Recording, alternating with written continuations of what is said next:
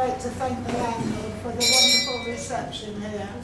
What he's laid on for us, it really is great, and thank you.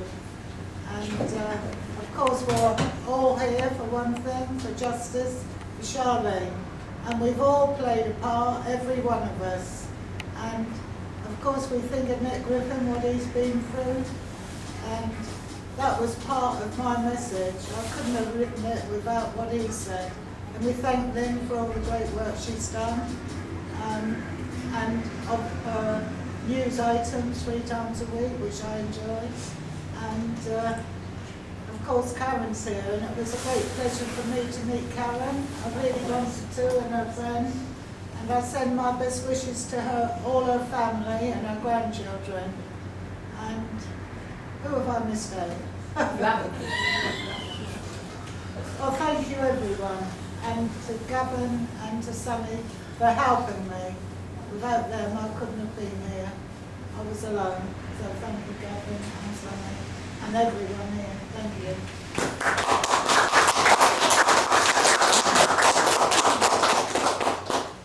I'd like to thank everybody. First of all, I would like to thank George, because if it wasn't for George I couldn't be here today. Really is. First, and I would like to thank the landlord, and I would like to thank everybody for coming. But most of all, I would like to thank Mrs. Walker for helping with the Justice for Charlene campaign. And I'm sorry it ended in such a terrible way, but we will always support you, Margaret, and we will always support Justice for Charlene. And I know you're a remarkable lady and you're a wonderful lady, and keep up your good work. And I hope to meet you again, and it's been a privilege to meet you today. Thank you all for helping with Justice for Charlene. Long may the campaign reign, and thank you all. My family, because that's what you all are. My name is Lynn Mozart, I'll introduce myself, and I'm part of the Pro-Fan group. Our first positive action will be to get another retrial in the case of the Charlene Downs murder. However, we're here today to give all the support we can to Mrs. Walker, a lady of mature years and a great fighter for the cause. What cause, I hear you ask? Well, we're all in this together, and it is the fight against the Islamification of our country. Mrs. Walker's only sin, in the eyes of the law, was to actually put down in print what she felt and had the guts to send it through the post to most of the county councils in this once great land. There is no sin in that in my mind. Mrs. Walker just calls a spade, excuse it, and a crime, a crime. You'll be hearing a lot from us over the next few months, and while we push forward for the retrial of Charlene's murderers. Firstly, we have to right a terrible wrong, and secondly, to put this problem firmly in view of the British public and the heavily biased media. Now the crux of the matter. Charlene Downs, aged just 14, went missing in 2003. 2 Muslims, Iyad al-Batiki and Mohammed Ravashi, were charged with her death. I believe in May 2007 a jury failed to reach a verdict and a retrial was ordered. In 2008 the retrial collapsed, and because in the words of the IPCC, police errors in gathering evidence had contributed to the collapse of the retrial. During the investigation, the IPC stated, Lancashire Police's investigation into the schoolgirl's disappearance was handled poorly and unprofessionally. Charlene's body has never been found, and nobody has ever been convicted. It is sad but true. Wherever you get a large Muslim community, or enclave as I prefer it, you get intimidation by Muslim youth, and you get Muslim grooming predators. This is a fact which is totally ignored by a vast majority of groups, even those who have been formed to deal solely with this problem. It is not going to be ignored by Pro-Fan. That is what we're here for today, to rally the troops, to get justice, or at least get Joe Public and the authorities aware that this Muslim grooming problem does exist. It does happen, and it is happening in our country now. It is also coming down south at an alarming rate. We have the Oxford groomers, and I'm sure many more cases that have been ignored and unreported. To get the facts straight, I would say that these groomings are not part of the Asian community, as intimated by the head of North West Prosecution Services, a Mr. Nazir Afzal, a Muslim himself, and very busy shoveling these dirty deeds at the doors of all Asians. It is simply not true. Not all Muslims are sexual groomers. This grooming does not involve Pakistani Christians or Pakistani Hindus. It doesn't involve Sikhs, Nepalese, Chinese or Malaysians, Sri Lankans or Thais. It doesn't involve non-Muslim Africans or Arabs. Mr. Afzal is also very eager to say that the girls are vulnerable and it is virtually their own fault.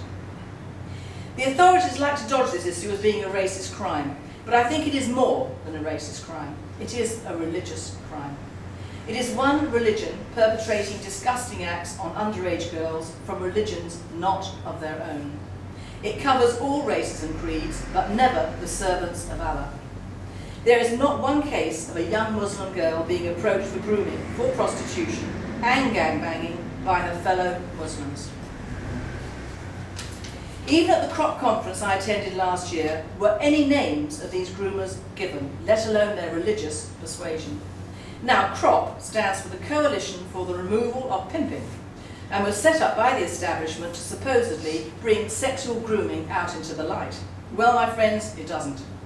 All the people attending, including police chiefs, head social workers, teachers, members of the Church of England and scions of the Roman Catholic Church, Channel 4 programme editors and producers, journalists and a member of Parliament and the press were all very busy ignoring the Muslim problem. It was the elephant in the room. Now, we all know it is a cultural problem and it will not go away. Islam and the West do not mix or merge in any way, let alone on a small island like Britain.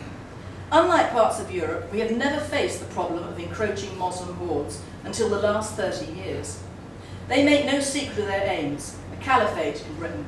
They brought halal meat into this country, and now it has been adopted by the greedy Jewish-owned supermarkets because it lasts longer on the shelf and is unlabelled. So whether you want halal chicken or not, tough. So there goes our food, our land, our religion, our culture, our education system, our national health. And now for the last 30 years, apparently unknown, they have been abusing our underage girls. And what are the authorities going to do about it? Absolutely nothing, my friends, nothing. It takes us nationalists and ladies like Mrs. Walker to pull the bell. Without Nick Griffin blowing the whistle 8 years ago, which has been studiously ignored by the media, this ghastly and shameful crime would probably still remain underground. The so-called powers have gradually arrested a few Muslim groomers, but at the same time they have protected them from what they call racial hatred. They will serve out their light sentences in a comfy jail with their sodding prayer mats facing Mecca on our taxpayers' money, whilst their male relations carry on business as usual. Because make no mistake, it is a family business, coupled with the drinks and the drugs, a very nice little earner for them. As one man put it, he couldn't get a job, so he turned to grooming and pimping. If they were not in this country, this is one problem amongst many which the British people would not have. The rest are too numerous to mention. I thank you on behalf of Profam, Karen Downs, Mrs. Walker, Charlene, Paige and little Laura Wilson for turning out such a disciplined and ordered show. United nationalists will stand, but divided they will fall. And despite all our differences, we are all of the same heart. For England, the English, and to stop the Islamification of this country. Thank you.